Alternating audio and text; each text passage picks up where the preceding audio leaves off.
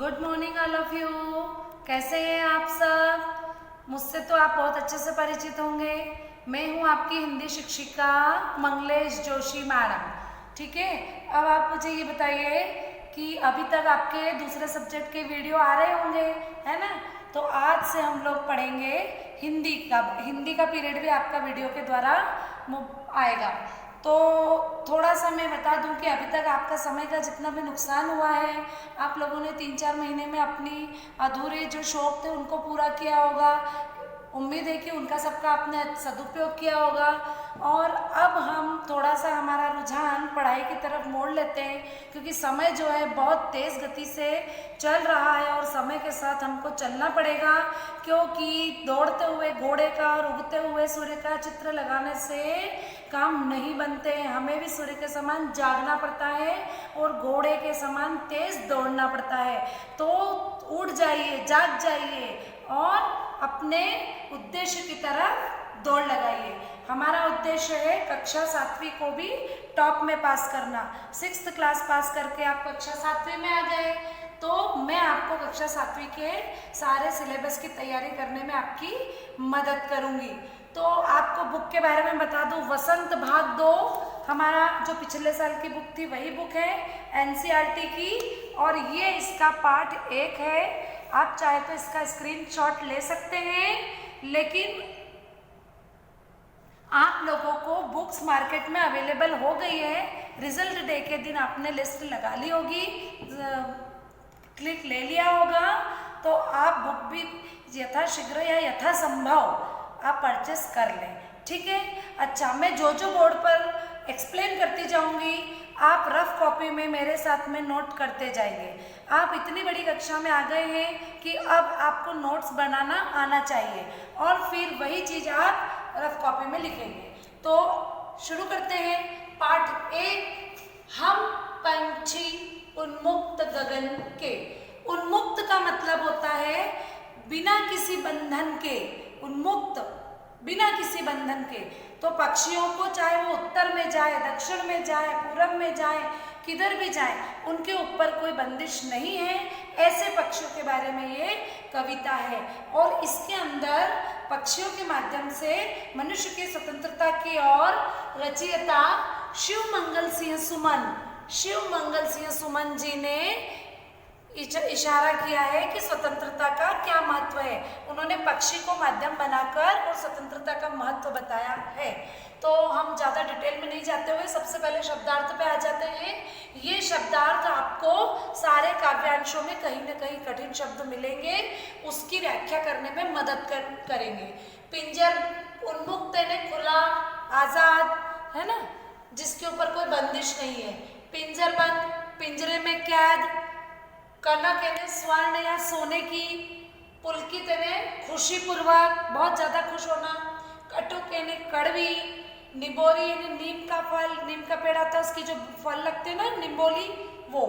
स्वर्ण श्रृंखला मतलब सोने की तीलियों से बना हुआ पिंजरा। तारक अनार, तारे रूपी अनार के दाने।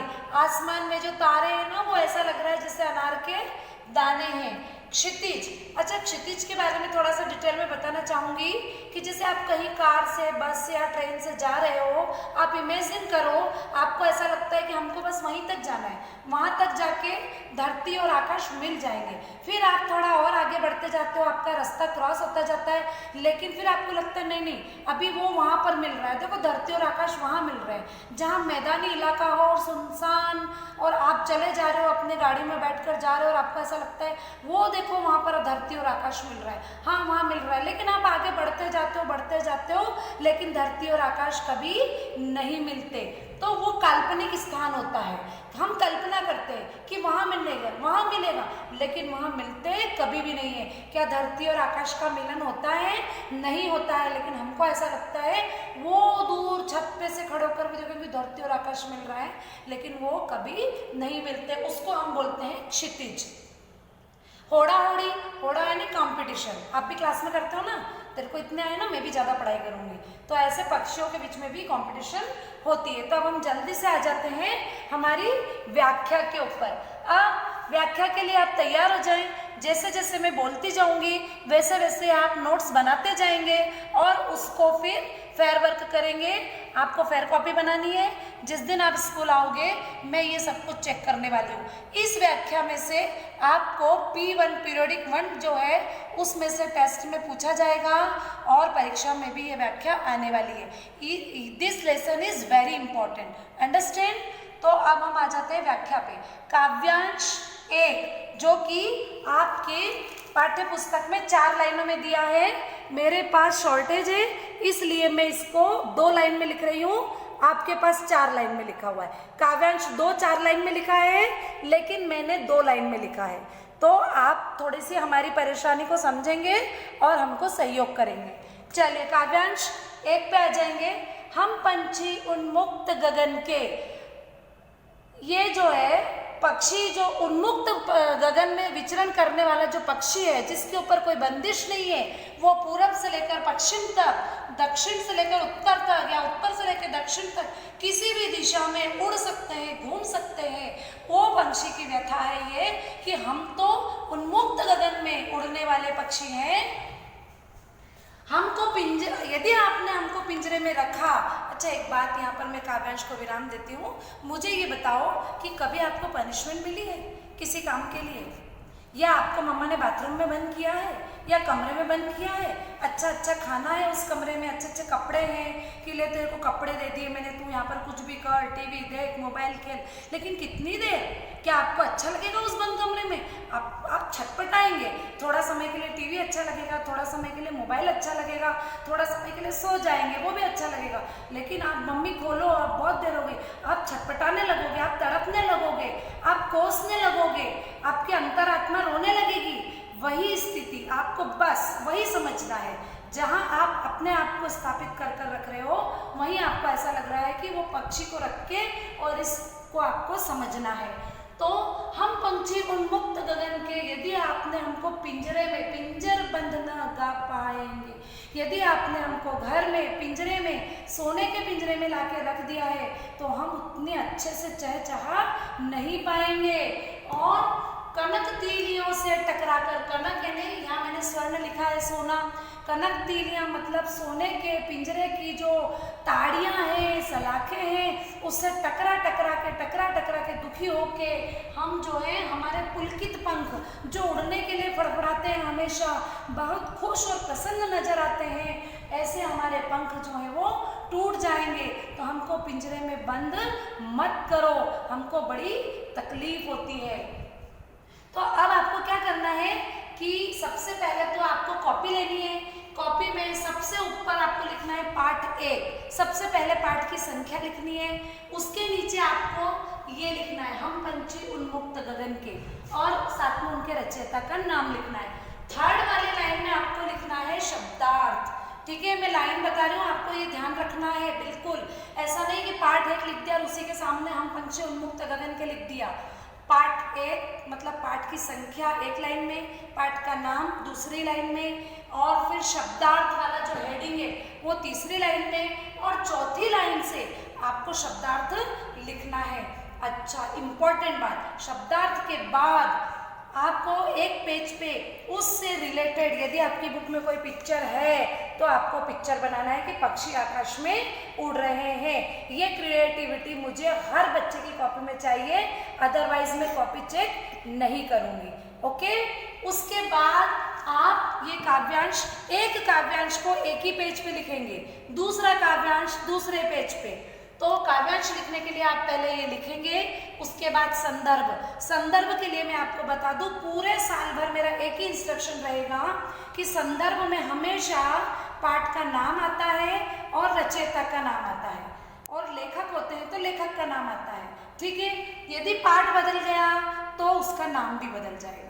ठीक है, बाकी इस पूरी कविता में संदर्भ जो है वो एक जैसा ही रहेगा, क्योंकि वो पाठ 1 का ही है और हम पंछी उन्मुक्त गगन के पाठ का नाम है और इसके रचयिता का नाम शिव मंगल सिंह जी सुमन है।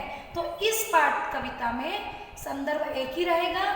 यदि भविष्य में मैं दूसरी कविता पढ़ाती हूँ तो आपको संदर्भ इस तरह से लिखना है।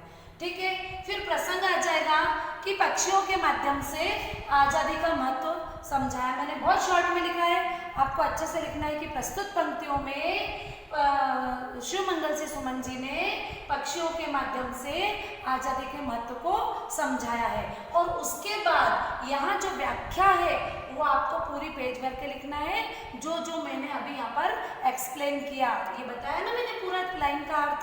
आपको इसको वीडियो को रिवाइंड करके फिर आप देख लेना, 2 बार 3 बार 4 बार 5 बार वीडियो देखना, उसके बाद लिखने का प्रयास आपको करना है। और मात्रा मिस्टेक्स आप अपने बड़ों से चेक करवा लेना, ठीक है। अब हम आते हैं काव्यांश 2 पर।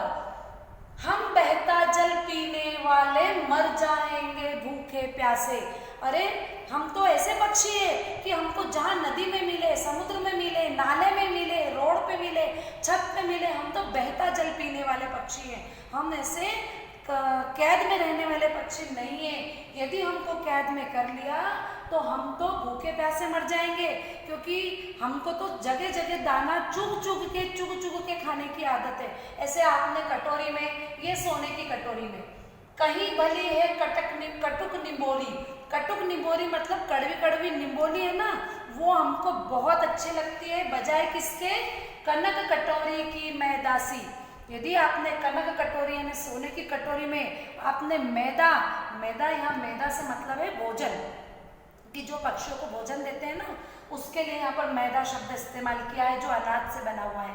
तो यदि आप कनक कटोरी मतलब सोने की कटोरी में आप मैदा या भोजन भी रख देते हो, तो उससे कहीं गुना बेहतर मेरे लिए, मेरे यानी पक्षी के लिए, कड़वी नीम के फल निम्बोली जो होती है वो मुझे बहुत पसंद है। तो प्लीज ऐसा प्लीज लिखना नहीं है, मैं तो उसकी व्यथा बता रही हूँ। तो वो अपील कर रहे हैं, अपना दर्द बता रहे हैं कि मुझे सोने के पिंजरे में बंद मत करो, हम गा नहीं पाएंगे, हम फड़फड़ा नहीं पाएंगे और भूख प्यास से तड़प तड़प कर मर जाएंगे। हमें तो सोने की कटोरी से भी ज्यादा बेहतर कड़वे निम्बोली का फल लगता है। फिर आ जाओ संदर्भ पे।